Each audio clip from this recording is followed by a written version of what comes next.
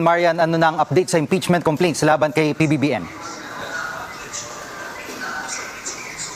Jiggy, kinumpirma ni House Committee on Justice Chairperson Jervy Luistro na gugulong na ang deliberasyon sa impeachment complaints laban kay Pangulong Bongbong Marcos sa Lunes po yan, February 2. Iko-consolidate muna yung dalawang reklamo at saka tutukuyin kung sufficient in form and substance ito.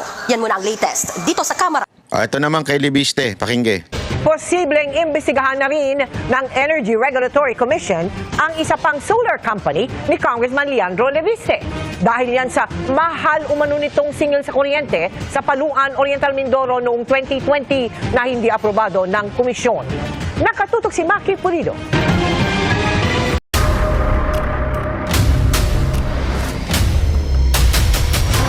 Bago tayo mag-umpisa, baka pwede nyong i-like ang video na to. Malaking bagay ang like sa aming mga content creators. Maraming salamat po.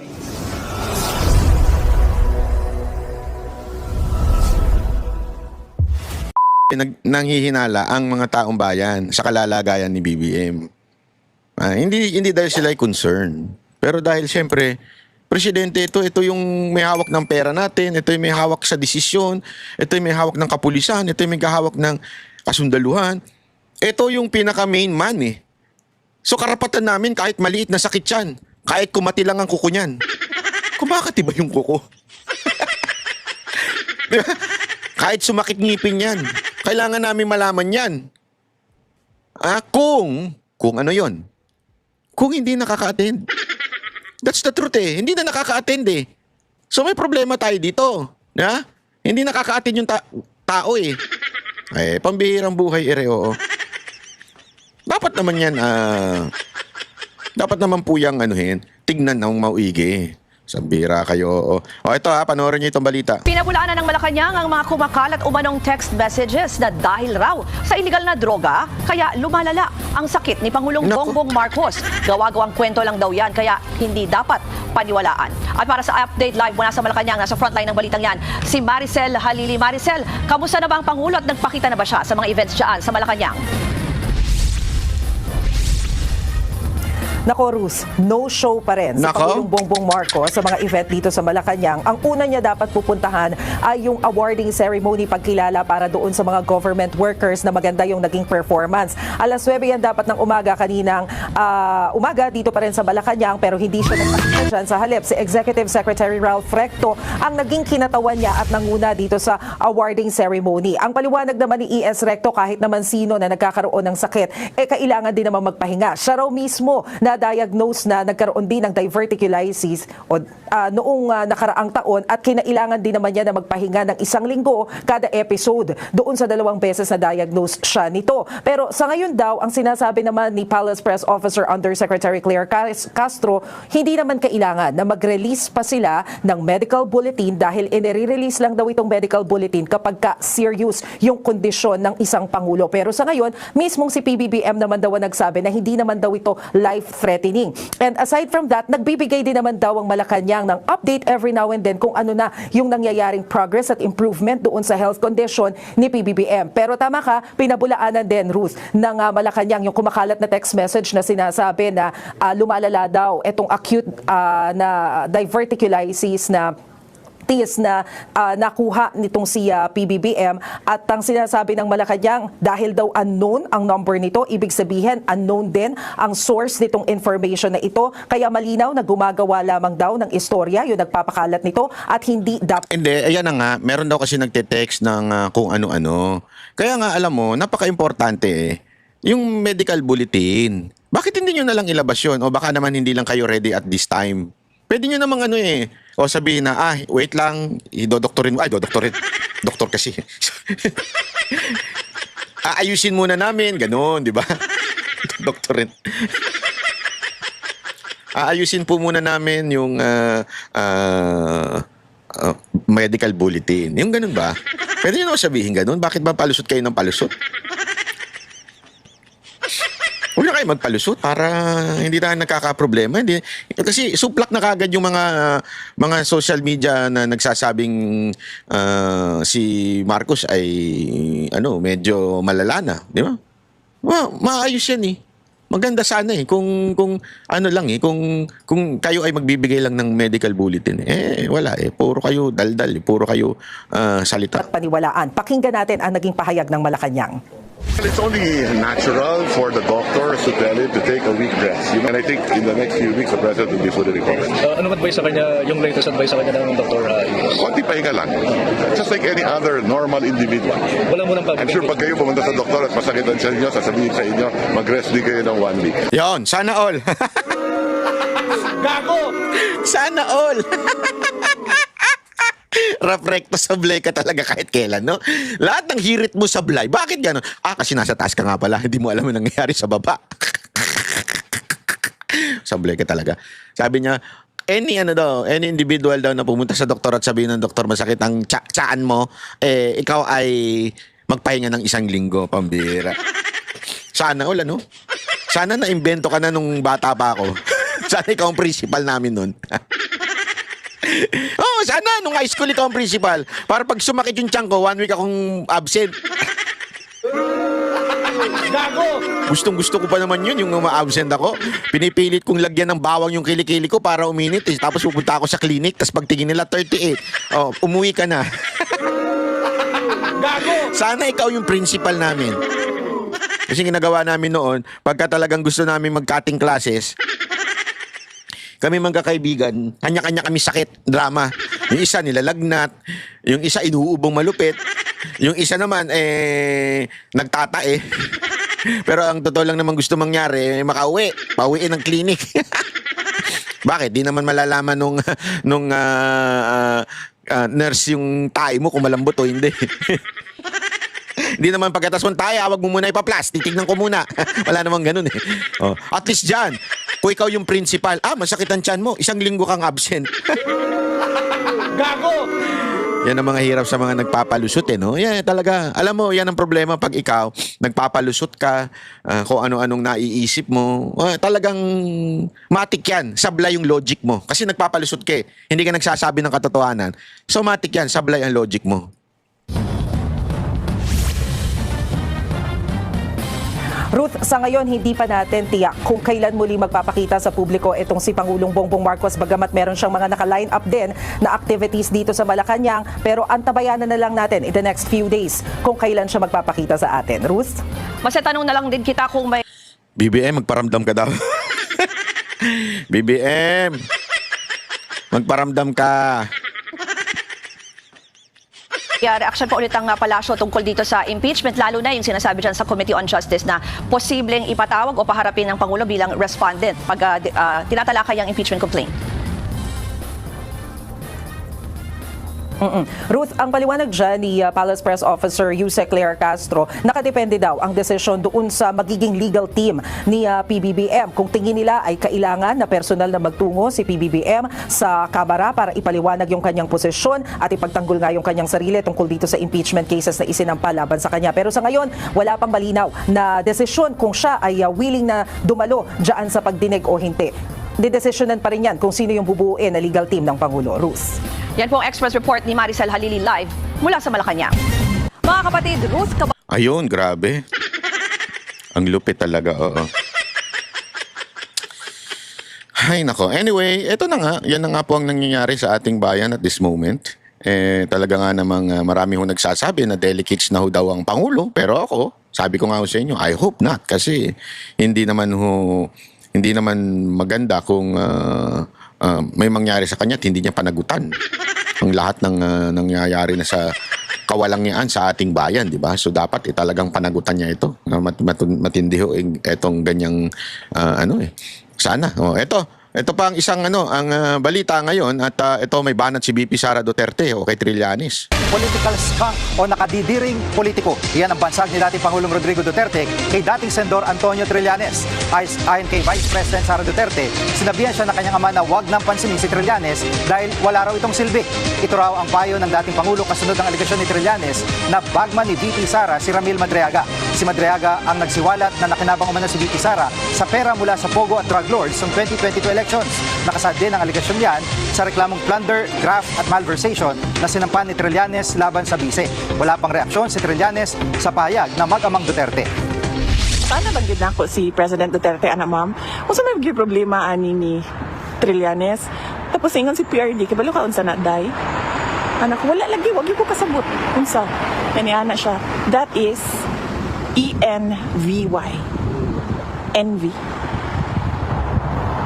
Nakaanak ko.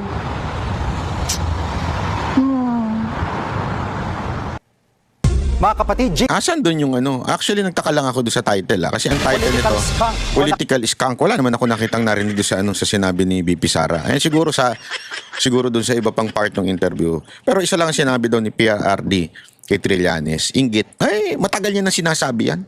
Matagal niya na sinasabi. Alam mo kung bakit inggit? Lahat ng tinakbo ang eleksyon yan, olat yan. Una, inggit yan dahil hindi yan kinuha bilang Vice President ni Pangulong Duterte. Di ba? Ilang beses sinabi ni Pangulong Duterte yan na nag-apply yan tapos tinanggihan niya. Nainggit tuloy siya, sabi ni Pangulong Duterte. Kaya tuloy sinisiraan niya. Tapos, at the same time kaya nainggit yan kasi walang naniniwala sa kanya. Kahit nga yung mga kakampi niya, hindi naniniwala. Di ba? Binabanatan nga siya ni Remulla, yung kakampi niyang si John Vic, supposedly. Tapos nananawagan pa siya ng UNITAE, di ba? Sabihin, wala talagang naniniwala sa kanya. Kaya inggit na inggit yan kay Pangulong Duterte. Kasi kay Pangulong Duterte at sa mga Duterte, talagang ang mga tao ang tindi ng tiwala. Ang taas nga ng trust rating. Mantakin mo, siraan sila araw-araw ha. Araw-araw, sinisiraan sila nito. Dinidemanda kung ano-anong paratang. And yet, yung tiwala ng taong bayan, nakakaingit nga naman yun. Oh, sobrang nakakaingit yung mantakin mo ha. Ito, parang ganito yan eh. Yung babaeng kursunada mo, meron siyang kursunadang lalaki. Gustong-gusto niya yun. Pero ikaw, na may gusto dun sa babae, ginawa mo na lahat. Siniraan mo na yung lalaking kursunada niya. Ha? Marami ka ng pera. Pero yung babae, ang gusto pa rin yung lalaki. Parang ganun eh. Si Trillanes eh. Pinipilit siraan ng mga Duterte, pero yung tao, mas kursunada pa rin si Duterte at ang mga Duterte instead sa kanya. Ikaw nga naman, anong mararamdaman mo, anak ng tutsa? Lahat na lang ginawa ko. Diba? Lahat na lang ginawa ko. Lahat ng kawalangyaan ginawa ko para lang masira itong mga Duterte, pero pataas ng pataas ang trust rating ng mga Duterte. Ay talaga naman nakakainggit yun, Brad. Ay baka nga, ano na yun, sabi nga nila, di ba? Mamatay ka sa inggit. May ganun tayong kasabihan, di ba? Mamatay ka sa inggit. Ba't hindi pa siya namamatay? Tanong lang yun, ha? Hindi ko sinabing gusto ko siya mamatay, ha? Ayoko mamatay mga ganyan. At saka hindi naman mamatay. Mga sabi nga nila, masasaman daw mo, matagal mamatay. Hindi totoo yun, ha? Pero, ngayon pa man, ayoko siyang mamatay. Dapat sa kanya, mabuhay at manatiling inggit sa buhay niya. Antakin mo hanggang matanda ka na. Nainggit pa din ako kay Duterte. Paano ko sila pababagsakin? 80-90 na ako. Maging bitter siya for life. Ano yan ang tawag na bitter for life, di ba? Bitter ka for life. Gusto mo ba yan, Trillanes? Kaya ka? Lahat na lang talo ka. Pati sa mga demanda mo, talo ka. Takin mo lang, dami mo dinibanda. Ito si Trillanes, ang matatawag mo niyan, boy demanda. Lahat na lang didemanda niya, mag-uubos ng pera. Dami kasing pera nito eh. Hindi ko alam kung saan niya kinuha. Ano kaya binenta niya? Lupa. Siyempre, lupa. Kayo naman, nasa isip niyo kung ano-ano. Hindi lupa doon sa island. Ibang lupa yung sinasabi ko. I mean, bahay. Siyempre, nagbebenta ka ng bahay, kumikita ka. Ganun yun, real estate. Iniisip nyo kagad yung island natin. Hindi yun. Iba-iba. Kayo naman, madumi lang isip nyo talaga. Ayop yan. Ay, nako. Trillanes, kung ako sa'yo, mag-move on ka na. Kasi kawawa ka eh. Kawawa ka talaga. Ikaw yung taong sobrang grabe ang bitterness sa puso. Ikaw yung taong sobrang, alam mo yun, kawawa ka naman. Kawawa ka naman to the point na baka hindi ka na nakakatulog eh. Di ba? Baka hindi ka na nakakatulog dahil sa ganyan mo. Oh, anyway, ito pa, pakinggan natin. Isa pang balita. Napakaraming balita ngayong araw to. Exclusive, mga kapuso. Nasa Stockholm, Sweden, si dating Congressman Zaldico noong January 15. Base sa petisyong inihain ng kanyang kampo sa Korte Suprema. Hiling niya sa Korte, temporary restraining order para hindi may patupad ng ombudsman ang resolusyong kasuhan siya. Nakatutok si Joseph Moro. Eksklusibong nakuha ng GMA Integrated News ang kopya ng petisyong ito na inihain itong January 25 sa Korte Suprema ni dating House Appropriations Committee Chairman Saldi Ko. Dito nakasaad na nasa Stockholm, Sweden si Ko noong January 15. Nakalakip sa petisyon ni Ko ang isang apostil o notaryo galing sa munisipalidad ng Naka sa Stockholm sa bansang Sweden. Pinirmahan ito noong January 15, 2026 ng Notary Public na si Beatrice Gustafsson. Sa sertifikasyon, sinabi ni Gustafsson na personal na humarap sa kanya si Ko. Sinertipikahan din niya na na-verify niya ang pagkakakilala ni Ko at siya ang pumirma mismo sa dokumento. Pinirmahan ni Ko ang verification and certification against forum shopping para sa korte noong January 15 din sa Stockholm. Ang lokasyong ito ni Ko noong January 15, taliwas sa sinabi noon ng pamahalaan na nasa Lisbon, Portugal si Ko. Pinaghahanap ng gobyerno si Ko dahil sa inisyong arrest warrant ng Sandigan Bayan dahil sa kasang graft at malversation dahil sa maanumalyang flood control project sa Nawan Oriental, Mindoro.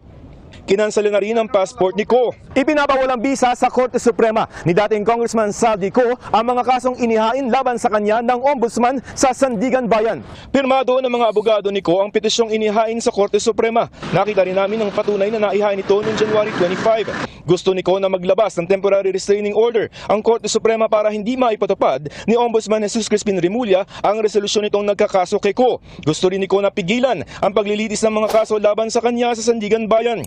Hiniling din niya na ipawalang bisa, baliktarin at gawing permanente ang injunction laban sa resolusyon ng Ombudsman dahil sa grave abuse of discretion o pag-abuso ng kapangyarihan. Sabi ni Ko sa korte, hindi raw siya nabigyan ng pagkakataon na sumagot sa mga aligasyon. Kung ang basihan daw ng Ombudsman ay ang interim report ng Independent Commission for Infrastructure o ICI, may karapatan daw si Ko na sagutin ang bawat isang pahayag o statement doon. Pero hindi daw siya nakapaghain ng counter affidavit dahil na naghain daw ang Ombudsman ng order to submit counter affidavit sa pinakahuling address ni Ko at wala siya doon. Hindi raw sumubok ng ibang paraan ng Ombudsman at itinuring ng tinanggap ang order na paglabag umano sa karapatan niya sa konstitusyon. Hindi rin daw binigyan ng akses sa mga abogado ni Ko sa kopya ng kaso sa kabila ng ilang beses nitong pagsulat. Minadali din daw ng Ombudsman ang kaso laban kay Ko. Binaliwala din daw ng Ombudsman ang finding ng ICI na wala itong inirekomendang kaso laban kay Ko dahil meron lamang itong beneficial ownership ng kumpanyang SunWest na umano'y sangkot sa anomalya na hindi raw sapat para makasuhan o masintensyahan si Ko. Nanindigan si Ko na walang ebidensya na Beneficial ha, beneficial. So ibig sabihin, ewan ko ha? Beneficial ownership ng kumpanyang SunWest na umano'y sangkot sa anomalya na hindi raw sapat para makasuhan o masintensyahan si Ko. Nanindigan si Ko na walang ebidensya na nagpapakita na sangkot siya sa sabwatan o conspiracy. Hindi rin daw tumakas. Pero merong meron siyang pakinabang doon sa SunWest, di ba? Oy, naku, para naman tayo naglolokohan nito. Alam mo, eto una, dito ako natatawa kasi dito meron na notaryo na nasa Swiss daw, nasa tama ba? Exclusive, mga kapuso. Sa petisyong inihain ang resolusyong Integrated News ang kopya ng petisyong ito na inihain nasa sa Sweden. Sorry, not Swiss, Sweden. Nasa Sweden daw si Zaldico. So kung nasa Sweden si Zaldico, ibig sabihin po nun, mali yung sinasabi yung paulit-ulit na sinasabi ni John Vic Remulla ba yun? O, sorry, I think it's the other Remulla. Yung dalawa kasi yan eh. Yung si, ano man tawag dito? Si Bendalo. Bendalo Brothers. Kailan yung si Bendalo Brothers?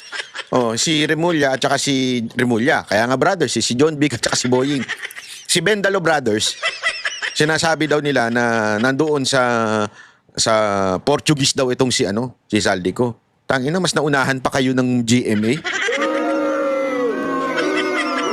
Hindi isipin nyo, mas naunahan pa sila ng GMA na malaman kung asaan. Kaya nga exclusive ito eh. Unless, alam nyo na, niloloko nyo lang kami at hindi nyo mahuli-huli, di ba? Pero kaya exclusive ito dahil, ibig sabihin nun, nalaman ng GMA na sila lang. Kaya lang sila lang ang nagbabalita dahil sila lang ang nakalam kung asan si Zaldico. Buti pa yung walang confidential funds. Nakakaalam kayo. Ang laki-laki sigurado ng... Uy, ano yun? Multo. Marcos, ikaw ba yan? Nagparamdam ka na? Hindi, totoo naman eh, di ba? Ang laki-laki ng confidential funds ng administrasyon eh. Hindi nyo makita si Zaldico? Eto, nakita na. Ay, nakay ng weteng. May ibig sabihin yan. Di ba? May ibig sabihin niya, mga kababayan. Hindi kaya. Ay! Tsaka po, wag kang ganyan, banat ba? Hindi maganda yan. Hindi kaya. Hindi kaya merong nakikinabang?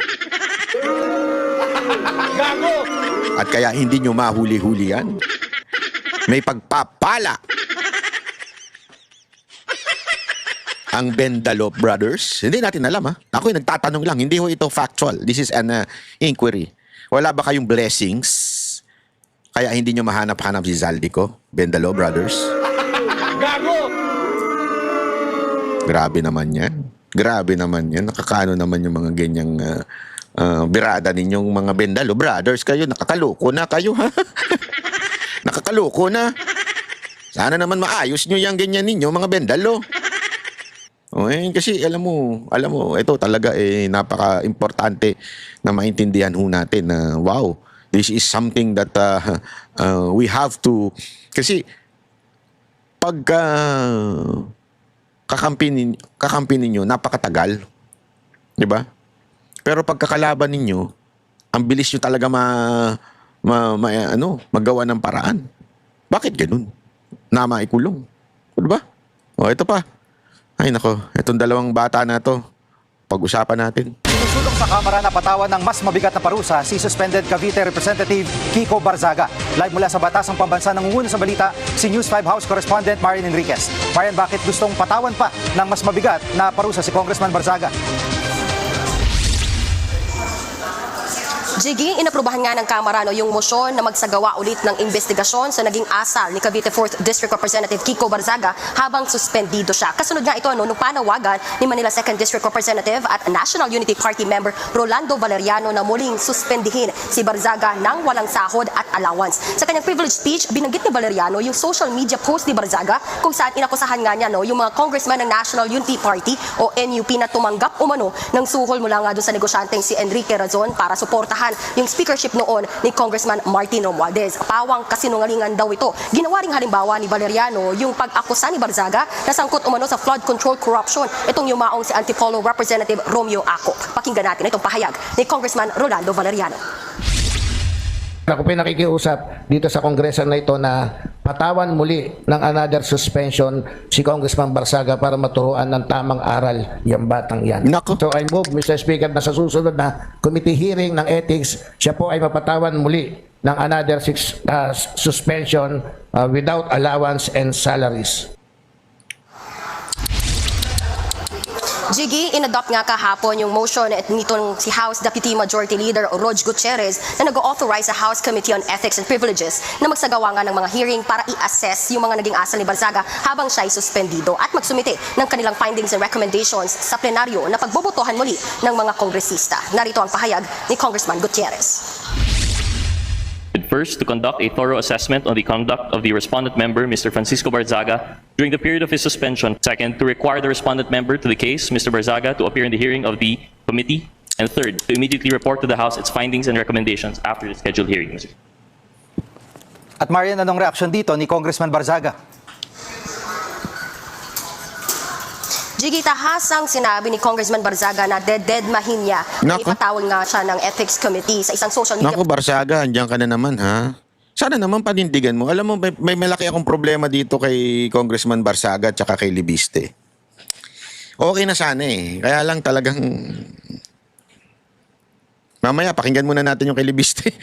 Sinabi pa niyang wala raw ginawa ang Kamara kundi sirain ang buhay ng mga Pilipino. Matatanda ang nauna na rin naghain ng I-play muna natin to, tapos i-play din natin yung kay Libiste, tapos saka tayo magre-react ha. Among cyber libel itong si Valeriano laban kay Barzaga at naghain din ng hiwalay na reklamo sina Deputy Speaker Ronnie Puno at mismong si Enrique Razon. Ayon kay House Committee on Ethics Chairperson JC Abalos, sa susunod na linggo ay tatalakayin na sa komite yung motion nga ni Valeriano. Aniya, i-assess pa ng komite yung merits ng reklamo at depende pa sa magiging desisyon ng mayorya ng komite kung ano man yung ilalabas nilang rekomendasyon sa plenaryo. Narito ang pahayag ni House Ethics Chairman Abalos. On the side po on the Committee on Ethics, recommendatory lamang po kami. Ultimately, it is the plenary that has the disciplinary power. At sa ibang usapin, Marian, ano na ang update sa impeachment complaints laban kay PBBM?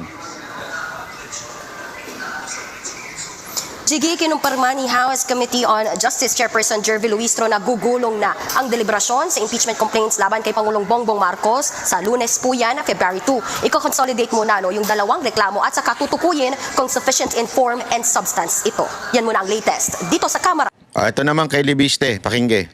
Posibleng imbestigahan na rin ng Energy Regulatory Commission ang isa pang solar company ni Congressman Leandro Leviste. Dahil yan sa mahal umano nitong singil sa kuryente sa Paluan, Oriental Mindoro noong 2020 na hindi aprobado ng komisyon. Nakatutok si Maki Pulido. Kung pinagmumulta ng Department of Energy ng 24 billion pesos ang Solar Philippines, kumpanyang itinatag ni Batangas Congressman Leandro Leviste dahil sa hindi pagtupad sa kontrata, maaari namang imbestigahan ng Energy Regulatory Commission ang sister company nitong Solar para sa Bayan Corporation o SPBC. Ito'y dahil naningil umano na aabot sa 18 pesos per kilowatt hour ang SPBC sa Paluan Occidental Mindoro noong 2020 kahit hindi aprobado ng ERC. Mortal sin yan para sa isang regulated entity na ikaw ay maningil nang hindi mo man lang hingin yung approval ng regulator mo. Maliban sa labag umano ito sa panuntunan ng ERC, nakasaad din sa prangkisa ng SPBC na dapat rasunable ang singil nito na aprobado dapat ng ERC. Susunod din dapat ang SPBC sa anumang ipinapatupad na regulasyon ng Department of Energy at ng ERC. Ang pangako noon ng kumpanya ni Leviste nang mag-apply ito ng prangkisa sa Kongreso ay maghahatid ito ng mura at malinis na kuryente sa mga malalayong komunidad. Pero sa sulat ng Occidental Mindoro Electric Cooperative sa ERC noong 2020, ipinunto nitong hindi na nga natupad ang pangako ni Leviste na 3 pesos per kilowatt hour na singil, naging mas mahal pa sa singil ng kanilang kooperatiba na 8 pesos per kilowatt hour. So, meron siyang pananagutan sa aming mga panuntunan. Siyempre, meron din na pananagutan niya doon sa provision mismo ng franchise law dahil siya ay lumabag doon nga. Kung siya nga ay mapatutunayang nag-operate, naningil ng singil na hindi dumaan sa pag-aproba ng ERC. Walang diretsong sagot si Leviste nang hingan namin ng pahayag kaugnay ng paniningil kahit walang approved rates mula sa ERC. Pero sabi niya sa umpisa, palugi ang singil nilang 8 to 11.85 pesos per kilowatt hour habang hinihintay na ma-issue ang Implementing Rules and Regulations o IRR ng prangkisa na magpapagulong ng kanilang full operation para magmura ang singil.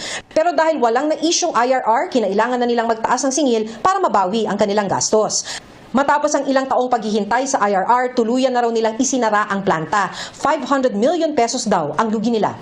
Pero punto ng ERC, sa Section 21 ng prangkisang ipinagkaloob. Alam mo, ito Ito, kwentuhan tayo. Ito ang problema natin Naewan ko kung hindi ba nakikita ni Barzaga at saka hindi nakikita ni Leviste. Basta ganito, hindi ko na lang papangalanan kung sino. Kung magtataka kayo kung bakit yung impeachment 3 o yung impeachment ng nila Atty. Topacio at saka nila Mike Defensor ay hindi tumuloy. Kasi nga, umatras yung gusto mag-endorse. Hindi ko na lang papangalanan kung sino yung umatras. Basta ganito lang. Ang problema natin kasi dito sa mga congressman na tulad ni Barzaga at saka ni Leviste, madaling matakot, madaling umurong. Pagkatapos magsalita, makakuha lang ng konting pressure. O yung isa nag-sorry.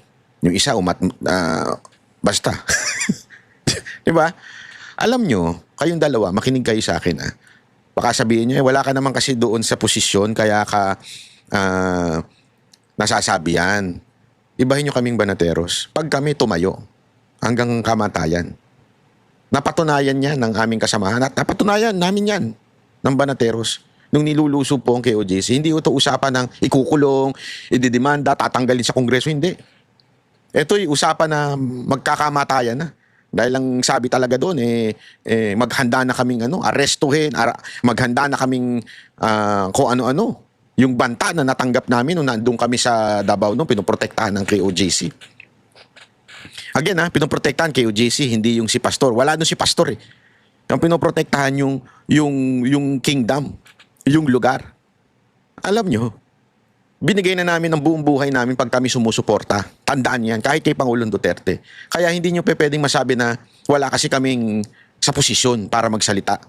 Kung kami mga congressman, kahit sino pa umipit sa amin, hindi kami uurong at hindi kami magsosorry. Eto na lang ako na lang Sa dami ko ng demanda, nagsorry ako sa kanila, mga tarantado sila. Yung mga nagdemanda sa akin. Ilan yun? Hindi lang isa yun. Hindi lang yung makapangyarihan. Isa lang yung madalas kong mabanggit. Pero napakadami niyan. Di ba? As in, lahat ng nakakalaban at nakikita nyo ngayon sa TV, dinimanda ako ng mga animal na yan. Bakit to? Kasi nga, Tinatamaan sila, nasasaktan sila, sinasabi ko. Di ba? Anong ibig ko lang sabihin? Hindi kami uurong sa laban. Kaming banateros, mananatili kami sa laban. Kayong dalawa, hindi naman namin kayo dinemand nung una na lumaban. Kayo mismo ang nagdesisyon sa sarili ninyong lumaban. Diba? Dahil nakikita ninyo, may katiwalian, may nakikita kayong hindi maganda. Pero bakit kalagitnaan, nakatanggap lang kayo ng mga pressure, tila umuurong na mga bayag nyo? Huwag naman sana. Dahil ang taong bayan nakasuporta naman sa inyo. Kami nakasuporta sa inyo. Kami banateros, alam nyo yan. Susuporta namin kayo hanggang dulo. Kahit pa kung ano-anong kaso ikaso sa amin. Susuporta namin kayo hanggang dulo dahil banateros kami. Matatag kami, lalaban kami hanggang kamatayan. Yan ang aming usapin kaming banateros. Pero kung kayo ay konting panggigipit lang, uurong na kayo sa impeachment, kayo ay konting panggigipit lang, magsosorry na kagad kayo, nasaktan nyo yung damdamin ng binanatan ninyo. Kaya hindi nyo mabanggit dahil kaibigan ng nanay ninyo, kaibigan ng tatay ninyo. Abay, pambira. Mga supot pala kayo kung ganun. Sorry to say, wag ko kayo magagalit kung idol nyo itong dalwan to. Idol ko rin naman sila sa mga ginagawa nila sa mga lakas ng loob nila. Pero pag ganito na medyo nagkakaurungan na, ay asahan ninyo, mapipitik namin at mapipitik namin kayo. Ama naming Diyos na makapangyarihan sa lahat, salamat po sa iyong pagmamahal na hindi nagmamaliw. Sa gitna ng kaguluhan sa aming bansa, turuan niyo po kaming magtiwala sa iyong hustisya at hindi sa hustisya ng tao. Linisin niyo po ang aming mga puso at ituro niyo po ang tamang daan ng katotohanan at pag-ibig. Tulungan niyo po kaming maging ilaw sa gitna ng dilim at ipakita sa mundo na may pag-asa pa sa pangalan ng aming Panginoon Hesus. Salamat po sa pag-ibig po ninyo at salamat sa pagdinig ng aming mga panalangin at iligtas niyo po kami. Sa pangalawa po ninyong pagparito at patawarin po kami sa lahat ng aming mga pagkukulang at pagkakasala sapagkat ito po ang aming samutiling sa matamis na pangalan ng aming Panginoon Hesus. Amen. Sa lumang silid, mag-isa kang tahimik. Walang kamera, palakpak ay wala na. Ngunit sa bawat pader ng bayang iniwan mo, may pangalan mong di na mabubura.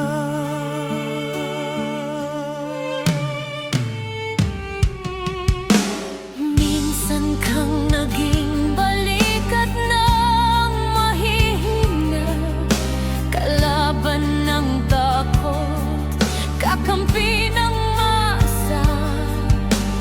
Di mo man laging nasabi ang tama, pinili mong ipaglaban ang madla. Hindi ka sakdal gaya naming lahat, pero tumindi ka nang walang pag-atras. At ngayong pagod ka na, tatay, kami naman ang sasalo ng bawat bigat.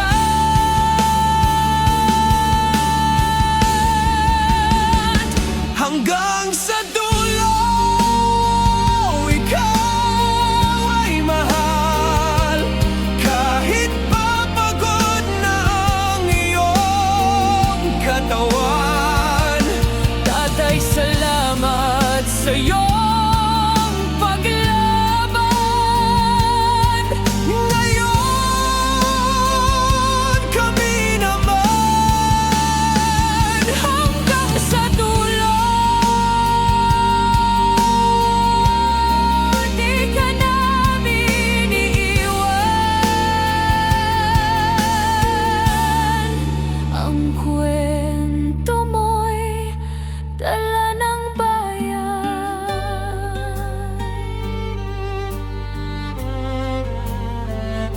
Tahimik ka na sa mga batikos, wala nang tugon, wala nang galit, pero sa mata ng mga maralita, naroon pa rin ang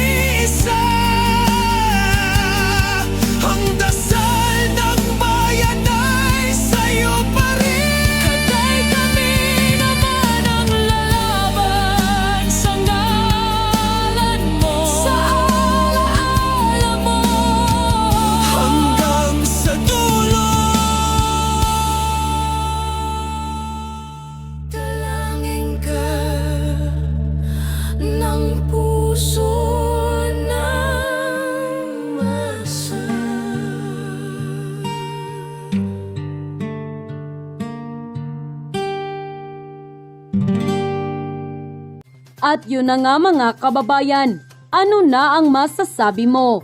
Kung mayroon kayong hinaingat komento patungkol sa balitang ito, please comment down below. Pag-uusapan natin yan sa comment section.